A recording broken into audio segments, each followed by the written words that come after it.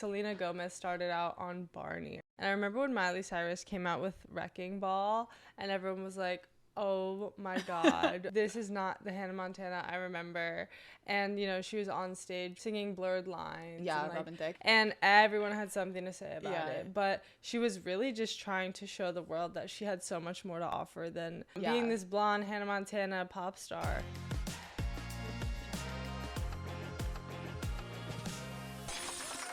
Hey everyone, we're back with episode 2 of the Cinderella Report. I'm Mackenzie. And I'm Anna. I'm actually so excited to talk about this week's topic. Yeah, definitely. And it's definitely relevant to just what's happening right now. I know we talked a lot about influencers and stuff like that last week, but just like different ways to leverage your spotlight. People we've seen who had, you know, that instant kind of viral moment of success, but then either rebranded or really expanded their audience and horizons. Is there anyone that comes to mind when you think of someone who had those 15 minutes of fame and then turned into a viral success? I do. Immediately off the top of my head, I thought Ariana Madix from Vanderpump Rules.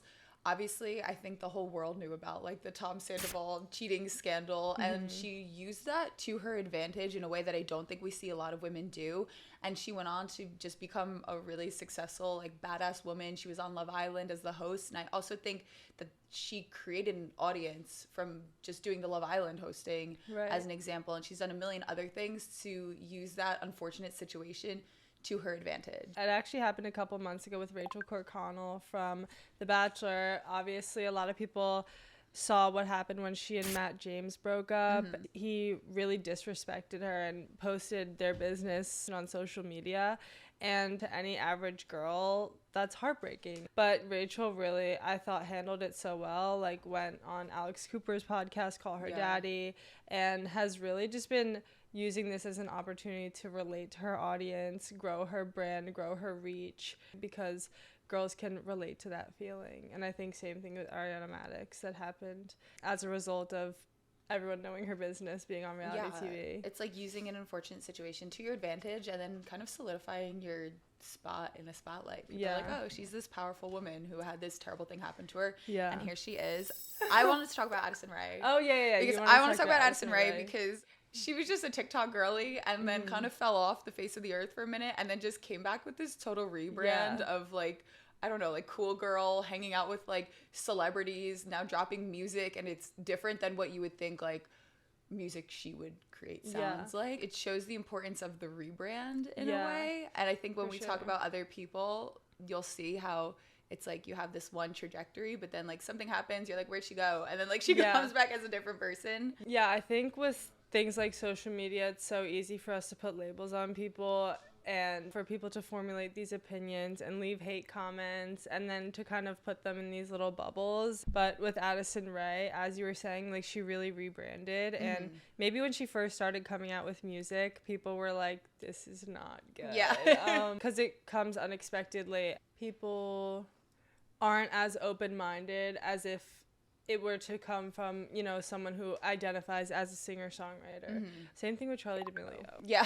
She had been on TikTok, done her dancing thing, and really blew up. They had the reality TV show, the D'Amelios, like Dixie, her sister is now a model. So I feel like both of them kind of leaned further into what their paths were, if that makes sense. Like Dixie she's everywhere now. Like she's at the Super Bowl, she's on the runway, she's on covers, she's being dressed by people. Meanwhile, like Charli, we maybe don't see as much of or hear as much of, but she's pursuing that Broadway career where she's dancing on, you know, on Broadway. I feel like both of them have really leaned into what they were best at all along. We can also talk about any Disney Channel star and either how they're like Miley Cyrus successful or you're someone who maybe is just like not super relevant anymore because you either didn't have that rebrand or you didn't hold on to the right thing and now no one really is talking about you anymore. So in the spotlight still, obviously Miley Cyrus, Selena Gomez, who have went through like trials and tribulations in the public eye and have come out on the better side of it. Selena Gomez, like she's done so much with singing, acting, and now her business, Rare Beauty, which is crazy. I feel like we're seeing that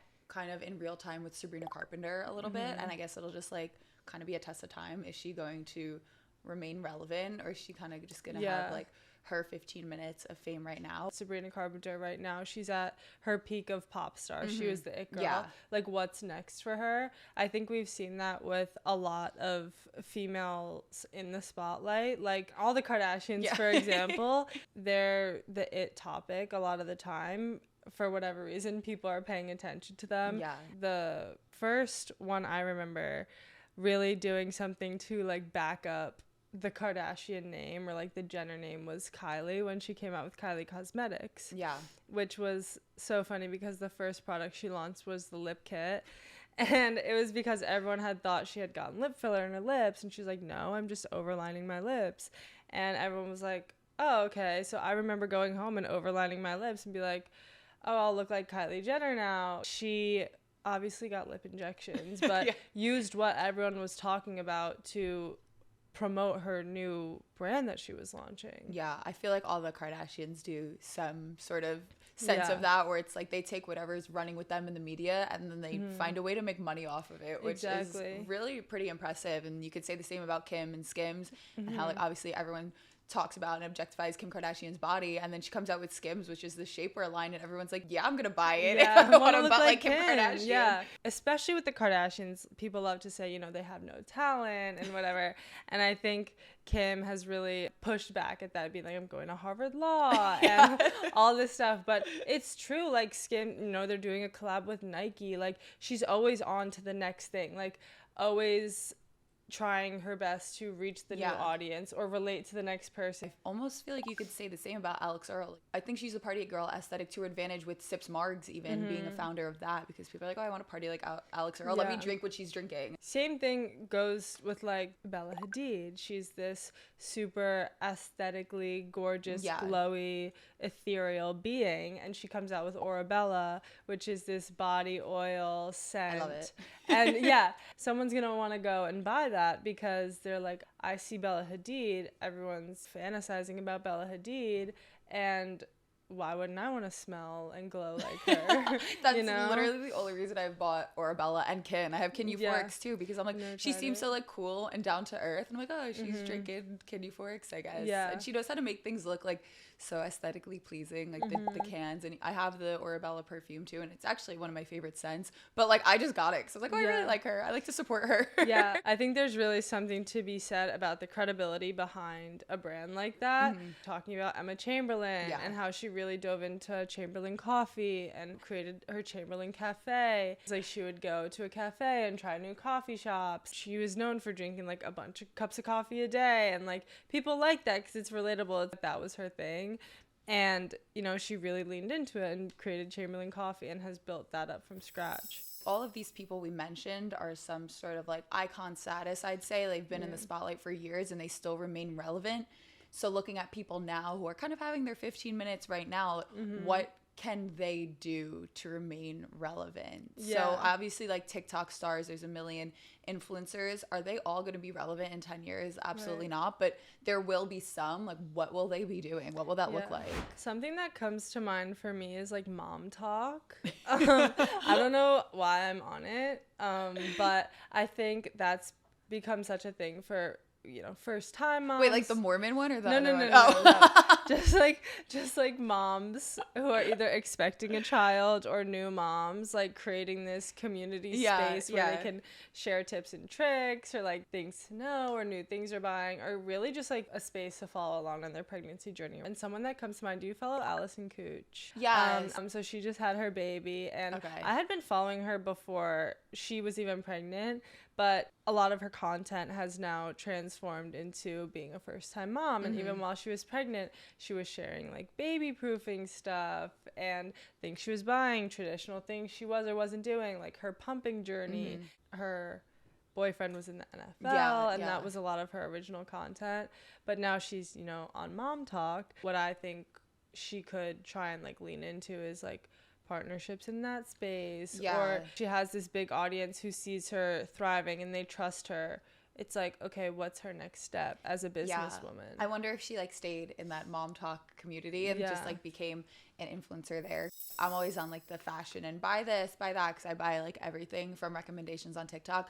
And I look at someone like Acquired Style, and I don't know, she just has a cute personality, but she also has, like, really cool outfits. Like people Yeah. get inspiration from her. So when you look at someone like that, you're like, you should just start like a brand of some sort or have a line Yeah. with a brand to really sustain like your name as Yeah. well, instead of just posting your TikToks. I'm always on the lookout for who's going to do the next collab. Yeah. How do you lean into the audience you've built up now, because you have that credibility and like you have that niche and the trust from your audience, like whether it's fashion or whether it's moms, like what do you do next to expand your audience and your reach? As we're talking about this, in my mind, even with reality TV, people try to remain relevant. And I almost like the answer is just like doing the silly little influencer things. Like, you know, Joey and Kelsey from Bachelor, like they do everything. Like they're everywhere. You always see them somewhere. And maybe that's like the secret to remaining relevant. And then you look at this last season of Love Island. I know you wanted to talk about like Leah and Serena. And I feel like they are also kind of everywhere together. Yeah. Everybody wants to see like the three of them together, like pictured somewhere. And when they're not together, people are talking about it. Like, how do you think they remain relevant after that, though? Yeah, I think when you start out on somewhere like reality TV, you're already giving your audience a glimpse into who you are authentically, because the cameras are on. You're being recorded just in your everyday life. It's unscripted. You're not acting. And it's very similar to social media in that way, where you can be whoever you want and the audience gets what they get from you. Yeah. And I think Serena and Leah from Love Island have done a really good job of just continuing to post their everyday lives. Yeah, I think that's what people want to see. They just want to, like we talked about in episode 1, it's just about relatability. So it's like, okay, you're on this reality TV show. It's kind of something not all of us will do one day. But then you come back and it's like, all right, what was life like for you before that? And now after that, it is really insane to see like the difference that like saying yes to a reality TV show can make in your life. Even all the Bachelor girls, I feel like, from the last few seasons have really leaned into, even if you didn't want to be an influencer beforehand, they really have leaned into posting content and posting being together, because they know that gets traction. They know people want to see like, oh, what's life like now? Yeah. But going back to your point, it's like that probably can run out. Like it has its limits. So it's like, what is Leah from Love Island going to get into next? That's going to propel her forward. Is it launching a brand, or is it acting? Like Alex Earl hints at this a lot, but she's trying to dip her toes into acting and really. Is she really? Yeah, she does her commercials and stuff. Oh yeah. I've heard her talk about how she's wanting to do like more scripted stuff. You know who this really reminds me of is Delaney Rowe. Do you know who that is? Yeah, she like would post funny, her skits. right? Yeah, she would post her skits on TikTok, and maybe in the beginning, you know, she was just sharing little things here and there, but she's really an actress and is going to go and dive into that. I just saw her. She was in Halsey's new promo for her tour. Yeah. And all the comments are, oh my God, Delaney Rowe. Like she's getting her start here. If someone came out with a product to someone, what's an immediate yes from you? That's like such a good question. Oh my gosh. Do you have one? Well, I just saw Khloe Kardashian launch her cloud popcorn. Did you see that? It's I didn't. It's protein popcorn. So I've been wanting to try that. That's interesting. At Target. And I think a lot of people bought the Kourtney Kardashian's Lemmy de Bloat and like all the Lemmy stuff. Yeah. Which I don't know. I was a victim to one. Really? I brought the Lemmy de Bloats when I went to Miami. Okay, if Lexi Wood came out with a lip kit, I would buy it. like a Kylie Jenner lip kit, because I know people have a lot to say about the way her makeup looks or whatever on Summer House, but I did like follow her lip routine. She uses like the sashu, the lip stain. Okay, and I had the color that she used. I was like, I'm gonna do it. I did. Yeah. So she came out with like a lip line. I would do it. Okay, cute. You know who has really good hair is Xandra. Oh my gosh, yes. Yeah, this may be down the line, but if she did like a big collab with a hair care brand, I feel like that's the kind of thing like she could dip her toes into and have 100%. A lot of success in, because if you look at the comments on her TikTok, it's like your hairline's insane, and all that stuff.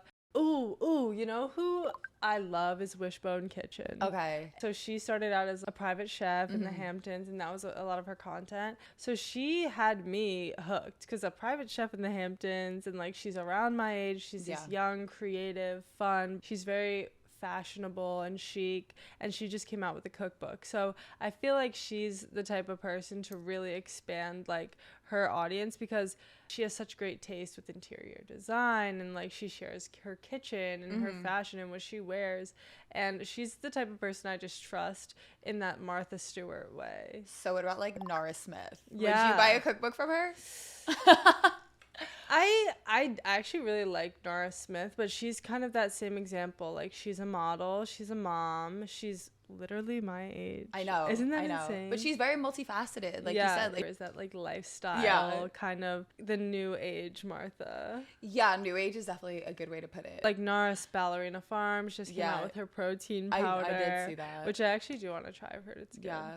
But those are all things that are so smart to me, just like expanding on your audience that you've already captured with your content. Do you remember Maria from The Bachelor? Yes, I loved her. Everyone was talking about her fashion the entire time. Like, she always had the cutest vintage dresses. Like, she'd come out and just like step on people with what she was wearing. Yes. Remember when she came out, she's like, I'm gonna change. Yeah, it's something more comfortable. Yeah. But I would have loved to see her do something that really capitalized on that. She's interesting because I feel like she could have done a lot more than she did.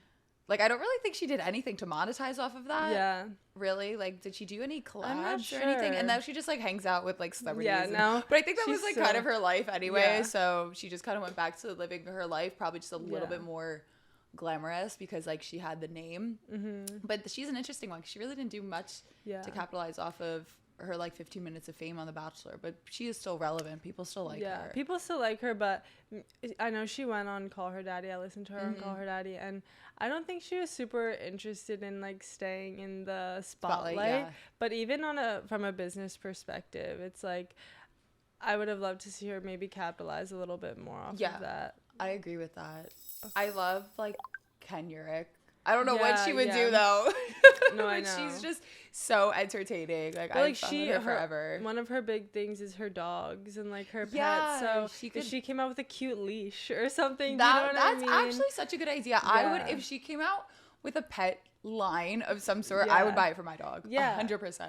And even same with Hallie Kate. Like, she has her little winter dogs that are so her personality, and she has this great taste, and she's super chic. Like, what could she do? Who could she get involved with to consult on a new line or something like that? That is so smart. But I feel like that's what we're seeing now. We're seeing people do that. And like Alex Earl is a great example of someone who's like really going for it. Yeah, no, 100%. Now I want Ken Urich to make a dog line. Like cute little harnesses or bowls or something. Her dogs always have chains on. They're so cute. Yeah. I'm super excited to continue talking about different predictions we have for the future and stuff, especially with the Olympics coming up in 2028. New teams, whether it's women's professional soccer or the lacrosse league or the volleyball league or WNBA. New people are constantly popping up and brands and stuff. So I'm excited to see like what happens and where these conversations go. Yeah, me too. We'll have more people to talk about and how they utilize their 15 minutes of fame. Like Alona from, what was she? Rugby, right? Yeah, rugby. She went on Dancing with the Stars and everyone loved her. They were shipping her with her partner. And now I feel like she's kind of like a household name if you were watching. Even diving into how she wore her red lipstick during the Olympics and just was like such a champion for like young girls and women in sports and like loving your strong body. It's just, there's so much to talk about there, so I'm excited. That's it for episode 2. Make sure you guys send this to your group chat. Join us next week. We might have something special. We don't know yet. Maybe a little guest coming up. Let us know who you'd want to see on the Cinderella Report.